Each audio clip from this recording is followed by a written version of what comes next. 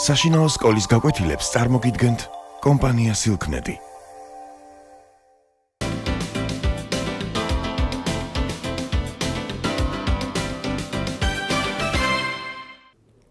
მოგესალმებით. ახლა გესაუბრებით გალაქტიონ ტაბიძის უმშვენიერეს ლექსზე თოვლი. რით იქმნება თუ იქსოვება მშვენიერება? შეიძლება დეტალების აღწერა, მაგრამ მთლიანობაში სრულყოფილ პასუხს მაინც ვერ მოიხელთებ. განსაკუთრებით მაშინ, როდესაც მშვენიერების პოეზიის მშვენიერებაზე ფიქრობ. უპირველეს ყოვლისა კი გალაქტიონის პოეზიის მშვენიერებაზე. მშვენიერ ლექსთა შორის არის თოვლი, რომლის შესახებ ბევრჯერ დაუწერიათ.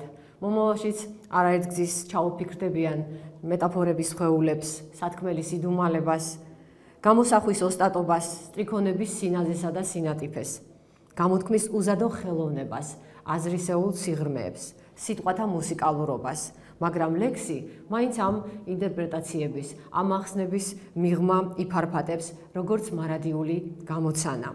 თვითონ გამოცნობის ლაბირინთებში ხეტიალი შეაგრძნობინებს მკითხველს სიტყვაში მოქცეული სამყაროს ჯადოსნურ სილამაზეს. თოვლი ერთი მომნუცხველი ყვავილია გალაქტიონის კრებულისა, რომელიც 1919 წელს გამოსცა არტისტული ყვავილების სახელწოდებით. ეს კრებული წარმოგვიდგება როგორც ჯადოსნური კონა ყვავილებისა. ეს ყვავილები არასოდეს დაჭკდება, იმდენად ლამაზი და მშვენიერი ლექსებია მასში შეტანილი. ამ წიგნმა მკითხველს პოეტური სამყაროს ახალი სივრცეები გადაუშალა. ამიტომაც იყო, რომ მაშინდელი მწერლები, ლიტერატორები, კრიტიკოსები ახტაცებით შეხვდნენ. დემნა შენგელაია წერდა, იყო უდაბნოება. მე-19 საუკუნის სულის დალევაში არიჟრადა მე-20 საუკუნე და გალაქტიონ ტაბიძე მოვიდა წარსულის პანაშვიდზე და გამოიტირა იგიო. ესე იგი, ხაზი გაუსვა ასე მეტაფორულად, რომ გალაქტიონმა დაიწყო ახალი დრო. არც ხვები იშურებდნენ ეპითეტებს, რათა შეემკოთ გალაქტიონის ეს კრებული. ახტაცებულნი იყვნენ. მათ შორის იყო ივანე იოსელიანი, რომელსაც გალაქტიონს გენიალური უწოდა. იოსებ იმედაშვილმა კი გრძნობათა თეთრი მეფე. ახალ ესთეტიკურ კულტურას ამკვიდრებდა ამ ლექსებით გალაქტიონი და პოეტი რუსთაველის სრულყოფილებამდე აყვანილ სიტყვას მართლაც ღირსეულ მემკვიდრედ გამოუჩნდა ქართულ პოეზიაში. ტიციან ტაბიძე თავიდანვე გრძნობდა თავისი მოძმის გამორჩეულობას და წერდა, რომ მას აქვს რაღაცა ჯადო, რომელთაც სულ უბრალო ფერადები რაღაც საოცრად, წარმტაცად ბრწყინავენ. უბრალო სიტყვები რიტმულად ჟღერენ. აი სადა უბრალო სიტყვები რაღაც ახალ მნიშვნელობებს იძენენ გალაქტიონ ტაბიძის პოეზიაშიო. და ეს სიტყვები თითქოს ფერხულს უვლიან ნიავის ველურ სიხალისეშიო. ასე მეტაფორულად გამოთქვამდა თავის აზრს ტიციან ტაბიძე. ახლა წაგიკითხავთ ამ ლექსს, რათა მთლიანობაში შევიგრძნოთ მისი მარტოც მშვენიერება, უკვე რამდენჯერ ვახსენე ეს სიტყვა, მაგრამ ალბათ კიდევ მრავალგზის გავიმეორებ ამ ლექსის მშვენიერება, მელოდიურობა, ფერწერულობა. მე ძლიერ მიყვარს ის ფერთოვლის ქალწულებივით ხიდიდან ფენა. წუხარე გრძნობა ცივის სისოვლის და სიყვარულის ასე მოთმენა. ძვირფასო, სული მევსება თოვლით, დღეები რბიან და მე ვბერდები, ჩემ სამშობლოში მე მოვლე მხოლოდ უდაბნო, ლურჯად ნახავერდები. ოჰ, ასეთია ჩემი ცხოვრება, იანვარს მოძმედ არ ვეძნელები, მაგრამ მე მუდამ მემახსოვრება შენი თოვლივით მკრთალი ხელები. ძვირფასო, ვხედავ შენს ხელებს, უღონოდ დახრილს თოვლთა დაფნაში, იელვებს, ქრება და კვლავ იელვებს შენი მანდილი ამ უდაბნოში. ამიტომ მიყვარს ის ფერთოვლის, ჩვენი მდინარის ხიდიდან ფენა, წუხარე გრძნობა ქროლის, მიმოვლის და ზამბახების წყება დაწვენა. თოვს ასეთი დღის ხარებამ ლურჯი და დაღალული სიზმრით დამთოვა, როგორმე ზამთარს თუ გადაურჩი, როგორმე ქარმა თუ მიმატოვა, არის გზა, არის ნელი თამაში და შენ მიდიხარ მარტო, სულ მარტო. მე თოვლი მიყვარს, როგორც შენს ხმაში ერთდროს ფარული დარდი მიყვარდა მაშინ, მათრობდა მაშინ. 7 დღეების თეთრი ბროლება, მინდვრის დალალი შენს დაშლილ თმაში და თმების ქარით გამოქროლება, მომწყურდი ახლა, ისე მომწყურდი, ვით უბინაოს ყოფნა ბინაში, თეთრი ტყეების მომყვება გუნდი და კვლავ მარტო ვარ მე ჩემ წინაშე. თოვს ამნაირ დღის ხარებამ ლურჯი და დაღალული სიზმრით დამთოვა, როგორმე ზამთარს თუ გადაურჩი, როგორმე ქარმა თუ მიმატოა. სიზმარია თუ რეალობა ის, რაზედაც გალაქტიონი წერს ამ ლექსში. ერთიც არის და მეორეც. ჩემი ცხოვრების გზა სიზმარიაო. ეს ამ ლექსში ორივე ერთმანეთში გადადის. საზღვარი კი ისე ლივლივებს, რომ მოჩვენებითი კონტური ხან აქ მოიაზრება, ხან ამ სტრიქონში, ხან იმ სტრიქონში. და მკითხველიც თავისი განწყობილების შესაბამისად შეიგრძნობს, რომ ხან რეალობაშია და ხან სიზმარში. საწუთრო ძილია და ჩვენ სიზმრებს გავართო, წერია ვისრამიანში. ეს რა თქმა უნდა სამბეჭდავი სიბრძნეა, მაგრამ მაინც ბუნდოვანი. ამგვარი გაუმჭვირვალობა აზრისა, საერთოდ განსჯისა გადაჰკრავს ამ ლექსსაც. გალაქტიონს ესიზმრებოდა სამყარო და მერე თითქოს აი დასიზმრებულს ხატავდა. თანვე ისიც უნდა გადმოეცა რა ესიზმრებოდათ ყვავილებს მასზე, როგორ იცვლიდა თვითონაც ფერს, ფორმას ამ სხვათა სიზმრებში. ნეტავი არ შეირხეოდეს გადაზნექილი სიზმრების წელი. წერს ერთ ლექსში. ხანდახან სწორედ აი მათი ყვავილების, მთების, ანგელოზების, ცის, მიწის, ქარის, ღრუბლების თუ სხვათა სიზმრები არის დახატული და ამიტომაც ჭირს რომ რაღაცა აზრის ლოგიკური ჯაჭვი გააბა. თავარია რომ ეს მკითხველში ტოვებს რაღაცა მშვენიერებისა და ამაღლებულობის განცდას და სამყაროს სულ სხვა თვალით დაგანახებს. მე ყვავილები მესიზმრებოდა და ყვავილებს მე ვესიზმრებოდიო. მკითხველის სახეებისა და სიმბოლოების მიღმა დაეძებს რაღაც დაფარულ სათქმელს, აღმოაჩენს კიდევაც, ამოიკითხავს და ცხადს გახდის ყოველივეს, მაგრამ მაინც არტოვებს განცდა, რომ ამოხსნის განცდა არის რაღაც ილუზიური, რომ ბოლოს მაინც ვერაფერიც ვერ ამოხსნა საბოლოოდ და ლექსი მაინც დარჩა როგორც გამოცანა. გალაქტიონი ხომ წერდა კიდევაც თავის ღიურში, რომ თავარია რომ ლექსში იყოს საიდუმლოს წვეთები. ისე ლექსს ღირებულება არ გააჩნიაო და გალაქტიონის ლექსში კი ეს საიდუმლოს წვეთები ძალიან ბევრი იყო. და ახსნილი ლექსი, როგორც თქვით, სულაც არ არის გასაგები, ცხადი და კვლავ როგორც სიზმრიდან მკითხველი ისევ მოელის რაღაცა წარმოუდგენელს აზრისა და ემოციის თვალსაჩინით.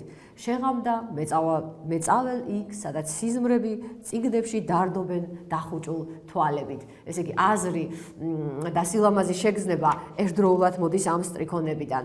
ლექს თოლშიც, როგორც ტიციან ტაბიძე წერდა, შადრევანივით ჩქებს პოეტური სახეები. კარგი შედარება გამოიყედა მან.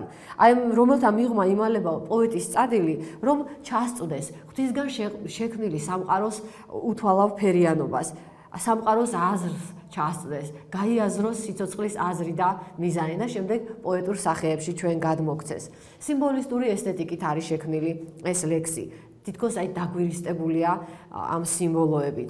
პირველივე სტრიქონში მე ძლიერ მიყვარს იისფერ თოვლის ქალწულებივით ხიდიდან ფენა, ყურადღებას იქცევს რამდენიმე სახე სიმბოლო. უპირველეს ყოვლისა ფერი, მუსიკა, სურნელი, როგორ არის შერწყმული და შენივთებული და იქნება საოცარი სევდისა და საოცარი სინაზის განცდა. ჩანს რომ პოეტი მიესწრაფვის იდეალს, რომელიც არის შეურყვნელი, უმანკო, ქალწულებრივი, შორეული, იდუმალი არის. იისფერი თოვლი სწორედ ამგვარ ემოციას ბადებს. ზამბახი, იასამანი არსებითად ერთი ფერი არის, რომელიც მიგვანიშნებს შორეულსა და მიუწვდომაზე. აგრეთვე მას მოაქვს წუხარების განცდაც. ამიტომაც თოვლი გალაქტიონის პოეზიაში ხან არის იისფერი. და ამ ლექსში სწორედაც რომ იისფერი არის, ზამბახებია წყებად დაწვენილი. ამ სტრიქონში ზამბახები წყებად დაწვენილი ფერი არ არის დასახელებული, მაგრამ ფერზე არის მინიშნება სწორედ აი ამ ყვავილის საშუალებით. ეს ფერი იდუმალია, ნაზია, მსუბუქად დამათრობელი სურნელი ახლავს მას თითქოს, რაც საკმარისია პოეტური ექსტაზისთვის, შთაგონებისთვის, როდესაც აი აბსტრაქციული სახეები უკვე რაღაც ხორციელ ფორმას იღებენ და რეალური და მიწიერი კიდე კონტურებს კარგავენ და აბსტრაგირდებიან. თოვლი ერთი ფერის არის, ხო თეთრია, მაგრამ მას აქვს თავისი ფერადები და ამ ფერადებს ხედავს გალაქტიონი და ხატავს თავის პოეზიაში, რადგან ის თოვსაც ფერმწერის თვალით უყურებს. და თოვლიც ფიქრისა და განწყობილების შესაბამისად იცვლის ფერს. მზის შუქის კლება მატებასთან სხვანაირდება თოვლი. თეთრიდან შავისაკენ ეს ფერის გრადაციებია. ყველაფერი გვხვდება აქ, ნახევარტონები, ნაჩრდილები თუ ჩრდილები. ხან თოვლი მის პოეზიაში არის ვარდისფერი, ხან არის ჭვარტლისფერი, ხან კიდევ ირიბი და ალმაცერი. მაგალითად, თოვლი იყო ირიბი და ალმაცერი, დიკენსის გმირივით ცეცხლთან ჩაფიქრება. ხან კიდევ ივლისისფერი არის ყინვა, მაგალითად, დაათრობს მთვარე თოვლიან აავლებს ივლისისფერი ყინვის თასებითო და წამოიშლება საოცარი ფერების ზღვა, აი ამ კაშკაშა სითეთრიდან.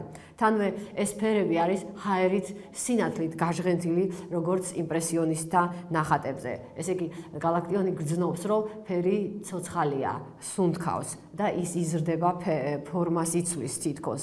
ლექსის სიმბოლურ შინაარსში წარმოჩნდება ქალის ხატება, როგორც მიუწვდომელზე ფიქრი, ასე არის დახატული ეს ქალი, ეს მიუწვდომელი სიმბოლოა, შორეულია, ხსნელია ის, საერთოდ სიყვარულს გალაქტიონი გაიაზრებდა სწორედაც როგორც ხსნას. ამიტომაც ბუნებრივია, რომ გვიჩნდება განცდა, რომ შეიძლება ამ ქალში შორეულად ღვთისმშობელიც კი იგულისხმებოდეს. თუ გავითვალისწინებთ იმასაც, რომ ღვთისმშობლისადმი არაერთი ულამაზესი ლექსი აქვს გალაქტიონს მიძღვნილი. ხიდზე დაფენილი ქალწულებრივი იისფერი თოვლი შეიძლება სწორედაც აი ღვთისმშობელზე მიგვანიშნებდეს. იდეალზე, ხიდზე, რომელმაც თავის წიაღში მიიღო აი ეს ღვთაებრივი სხივი და მიწა და ზეცა შეაერთა. სწორედ ღვთისმშობელთან სიახლოვით, მისი მფარველობით შეიძლება ჭეშმარიტების მოხელთება და სიმშვიდის მოპოვება.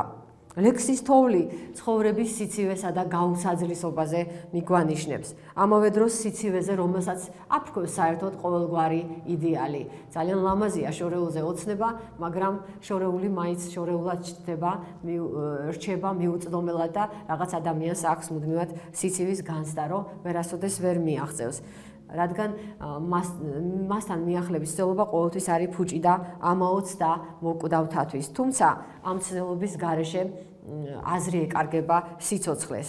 ამ თვალსაზრისით განსაკუთრებით საგულისხმოა გალაქტიონის ერთი კიდევ ძალიან ლამაზი ლექსი, ხომალს მიყვება თოვლის მადონა. აქაც ღვთისმშობელი არის თოვლისა. იგივე მისწრაფებაა იდეალისკენ, ცხოვრების საზრისის მოპოვებისაკენ. ამ გზაზე განსილით ტკივილები არის გამოხატული ლექსში. თითქოს პოეტი ხომალდივით მიაპობს ცხოვრების ტალღებს. საინტერესო არის პარალელი ფრანგი პოეტის არტურ რემბოს ლექსთან თვრალი ხომალდი. იქაც ხომალდი წარმოგვიდგება როგორც პოეტის სულის სიმბოლო. და ამ ლექსში გაშლილ აბუბოქრებულ ზღვაში გემივით მიაპობს ტალღებს პოეტის სული და გრძნობს ღვთისმშობლის მფარველობას. ხედავს თოვლის მადონას, რომელიც არის ფერმქთალი და წმინდა. მას ამკობენ ყვავილები. ახსენდება პოეტს იესო, რომელიც მისი ჭაობივით უნოტიესი სულისთვის ეცვა ჯვარს და ეს მის წარმოსახვას ახლაც ელვასავით ანათებს.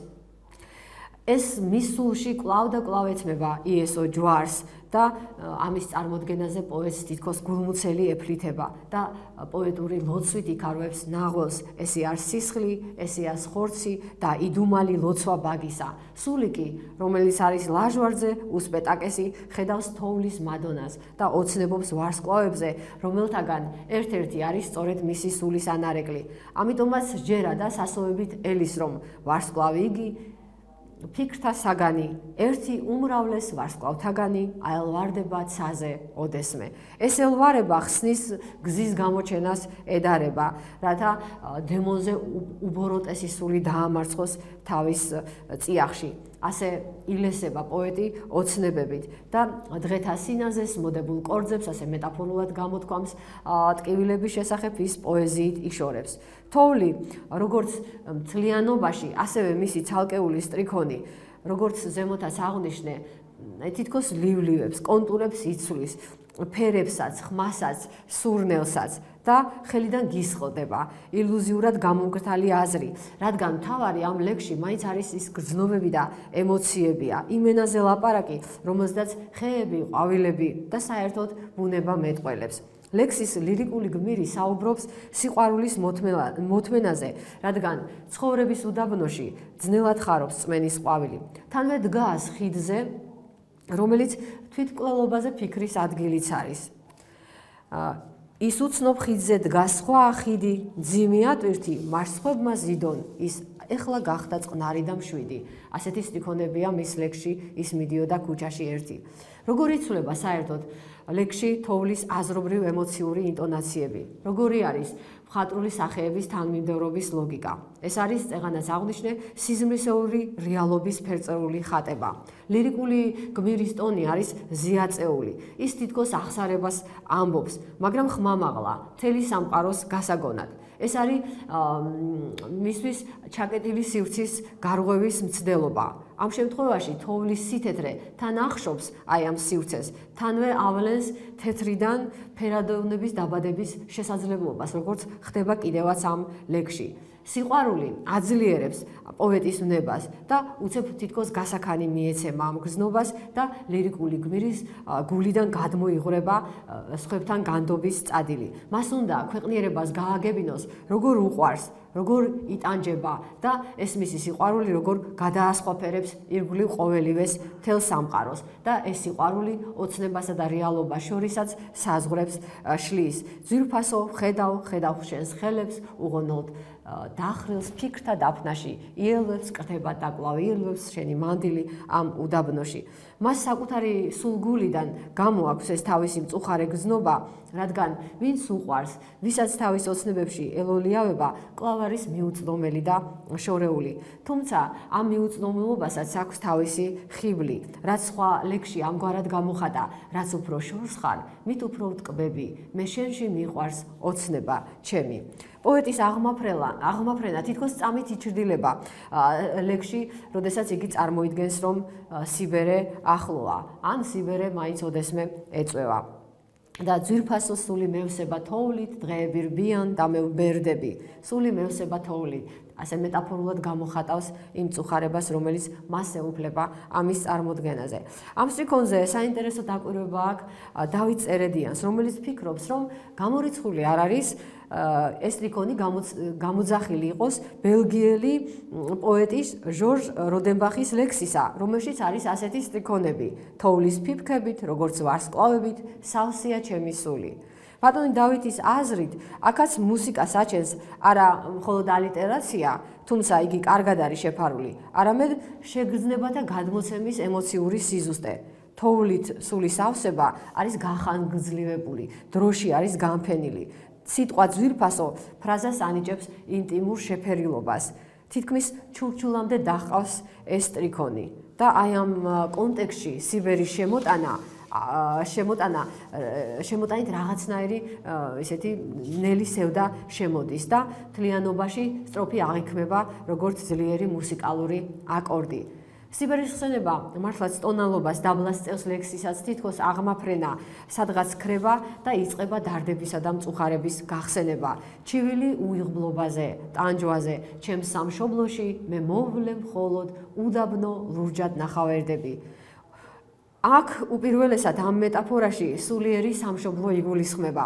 სხვაგან ხომ ამბობს, რომ სხვა სამშობლო არ გამაჩნია, რომ ეს თოვლია ჩემი სამშობლო. ეს არის მისი სულიერი სამყარო, სადაც იშვა, როგორც პოეტი, სადაც ხარობს, სადაც მის ზრდას განაპირობებს სწორედაც რომ რწმენა. ეს არის იდეების, წარმოდგენების საუფლო, რომელიც ფორმას იცვლის იმის და შესაბამისად თუ როგორ განწყობილებაზეა პოეტი. ამ სათქმელს შესანიშნავად გამოხატავს ბატონი თეიმურაზ დოიაშვილი. იგი წერს, რომ გალაქტიონის ჭეშმარიტი სამშობლო არის პოეზია.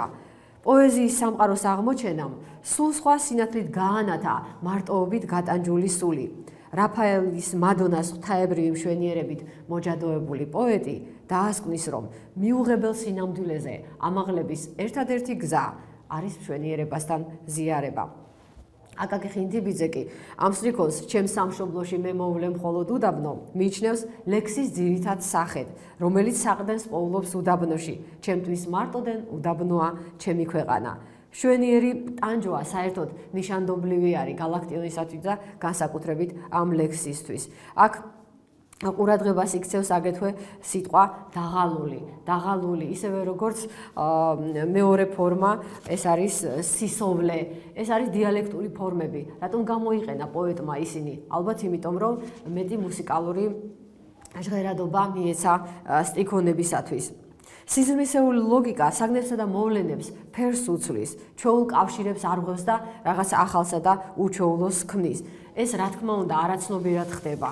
და პოეტი, როდესაც ლექსს ქმნის, მის წარმოსახვაში ეს ყოველივე ხორციელდება და ამას ვერანაირი ხელოვნური ოსტატობით, რა თქმა უნდა, ვერ მიაღწევს ადამიანს, არანაირი ვარჯიშით არ მიიღწევა. ეს არის ნიჭის გამოვლენა. პოეტი ლექსში წერს იმაზე, რომ თითქოს შვებას გძნობს იანვართან ძმობაში. იანვარს მოძმედ არ ვეძნელები. ერთადერთი მეგობარი არის მისთვის იანვარი, რომელსაც მასთან ძმობა არ ეძნელება. აი ამგვარი მეტაფორით გამოხატა თავისი სულიერი სიცივე. მატერიალურ სამყაროში ის განიცდის სწორედ უმეგობრობას. თუმცა სიყვარულს, როგორც ღვთის უდიდეს საჩუქარს, ის მაინც არ კარგავს და მუდამ მახსოვს სატრფოს თოვლივით კრთალი ხელები. ეს არაჩვეულებრივი შედარება მართლაც ესე ცხადად წარმოგვიდგენს თვალნათლივ სატრფოს, რომელიც არის რაღაც ღვთაებრივი და ამაღლებული. ეს სიმკრთალე მისი ხელებისა არამიწიერსა და იდეალურზე მინიშნებაა კვლავ. ეს ხელები დახრილი არის უღონოდ თოვლთა დაფნაში. ასეთი მეტაფორა არის ლექსში. უღონობა მიანიშნებს იმაზე, რომ ეს იდეალი, ეს მისი სიყვარული ვერ იფარავს პოეტს სასოწარკვეთილებისაგან, მაგრამ თოვლთა დაფნას მაინც შემოაქვს ერთგვარი ნუგეში, სიმშვიდე, რაღაცა ჰარმონიულობის განცდა. თოვლის სითეთრე იცვლება დაფნის სიმწვანედ. დაფნა საერთოდ სიმბოლოა მარადმწვანეობის, ცხოველმყოფელი ძალებისა. თვითონ მწვანეც არის ბუნების ფერი, ნუგეშის ფერი, სიმშვიდის ფერი. ვეფხის ყაოსანში ერთხელ, როდესაც ტარიელი მივიდა ნესტანთან, ის იყო მწვანითა შემოსილი და ესე იგი გმირს ეს ენუგეშა, რომ ქალი ამ ფერში იყო შემოსილი. და ბუნებასთან სიახლოვის განცდას აჩენს ეს ფერი და პოეტის გულში რაღაცნაირად შემოიჭრება სინათლის სხივი. სიყვარული არის ის ძალა, რომელიც პოეტს აწონასწორებს შინაგანად და უჩენს იმის განცდას, რომ შეიძლება დიდი ტანჯვის ფასად საბოლოოდ სიხარული მოიპოვოს. სხვა ლექსებშიც არის თოვლი წარმოდგენილი როგორც მწვანე, როდესაც თოვლი შედარებულია ფოთლებთან, ან მეტაფორულად დახატულია როგორც ფოთლები. მაგალითად, ახლა შენ არ ხსოვს არაფერი, მხოლოდ ზამთრების მწუხარებით შეიფოთლები. არაჩვეულებრივი მეტაფორა არის მართლაც. პოეტი ლექსში თვალს მიადევნებს მანდილს, რომელიც ქრება, გაიელვებს, გაჩნდება და ეს რა თქმა უნდა შეესაბამება პოეტის გასულიერ მღელვარებას. ხან მოუზღვავდება გულში რწმენა, ხან კიდე მიინავლება და ლექსში ჩდება ხსენება ხარებისა, რომელიც კვლავ გვიბიძგეს იმისკენ, რომ ღვთისმშობელზე ვიფიქროთ. თოვს ამნაირ დღის ხარებამ ლურჯი და დაღალული სიზმრით დამთოვა. ხარება, როგორც აღნიშნეთ, როგორც ვიცით, სიხარულზე მიანიშნებს.